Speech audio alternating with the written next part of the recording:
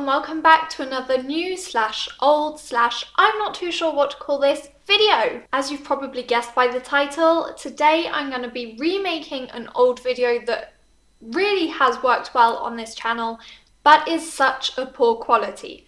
And that is how to sew lycra. For those of you who have never worked with lycra or don't know what it is, it's a very elastic material which is mainly used for swimming costumes, dancing clothes, cycling clothes, anything really where you need to be able to have that freedom of movement in what you're wearing. Lycra isn't one of the easiest fabrics to sew. It's definitely a lot of trial and error when you're first starting out. It's one of them fabrics where you need to really see what works best with you and mainly with your machine, whether it's going to be a longer stitch, a shorter stitch, whether you need to play around with the tension because it's too tight, too loose. It's an awful lot of trial and error. So once again, I'm going to be showing you how I sew lycra so that the seams don't pucker, the seams don't split as soon as you stretch it once you finish sewing. And here is the video.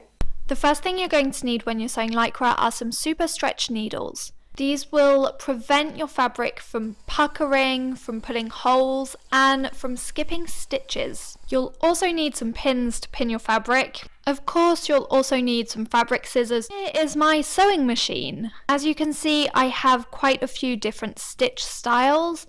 The type that you're going to need for sewing lycra is, of course, a zigzag stitch.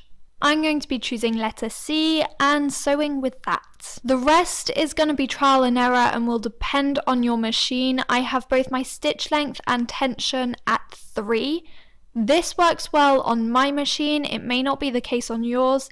If you see that your fabric is puckering, if the stitches are splitting, if it's jumping stitches, play around with your tension, play around with your stitch length. It's all trial and error. As you can see, I'm just folding my lycra in half and pinning it in place. I'm then just going to sew the zigzag stitch all along the side to show you what it looks like.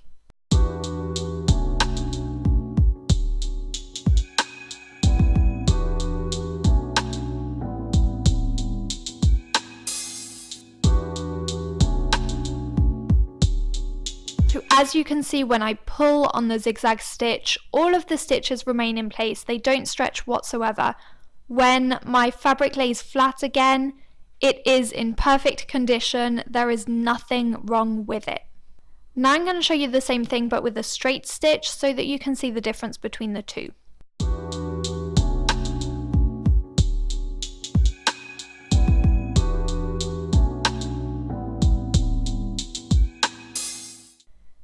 As soon as I put too much pressure on this stretch, the straight stitch just pops.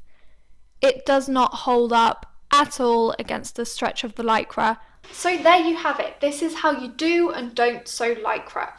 As you can see, we have the zigzag stitch, which is really holding its ground. It's still all in place. It's intact. Nothing has happened to it. Whereas our straight stitch is in pieces. I don't know if I'm going to be able to break it a bit more with this angle for you. There we go, split again. So it's really just not a practical stitch for lycra. It breaks as soon as you pull the fabric, whereas your zigzag stitch holds its own.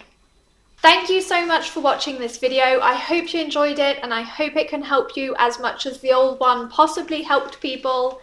Leave a comment, leave a thumbs up, subscribe if you want to, and have a lovely week or month.